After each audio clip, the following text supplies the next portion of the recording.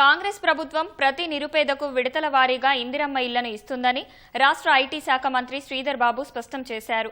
జయశంకర్ భూపాల్పల్లి జిల్లా మహదేవ్పూర్ కాటారం మండలంలో పర్యటిస్తున్న మంత్రి పలు అభివృద్ధి పనులకు శంకుస్థాపనలు చేశారు.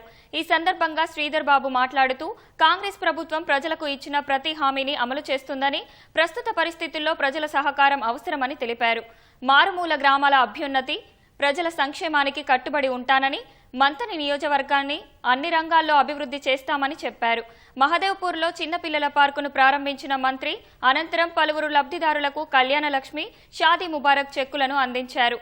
దివ్యాంగులకు ట్రై సైకిల్ వినికిడి పరికరాలను, బ్రెయిలీ లిపి సామాగ్రిని పంపిణీ చేశారు.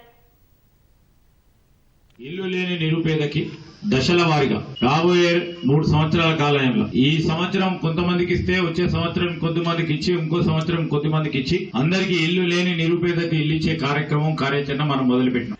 కొత్తగా పెన్షన్లకు సంబంధించి కూడా ప్రభుత్వం ఏర్పడిన తర్వాత ఒక ప్రక్రియను ఏర్పాటు చేసుకుని దివ్యాంగులకు సంబంధించి వారికి కూడా మేలు చేయాలనే ఒక ప్రయత్నంలో మనం అందరం కూడా ముందుకు నడుస్తూ ఉన్నాం.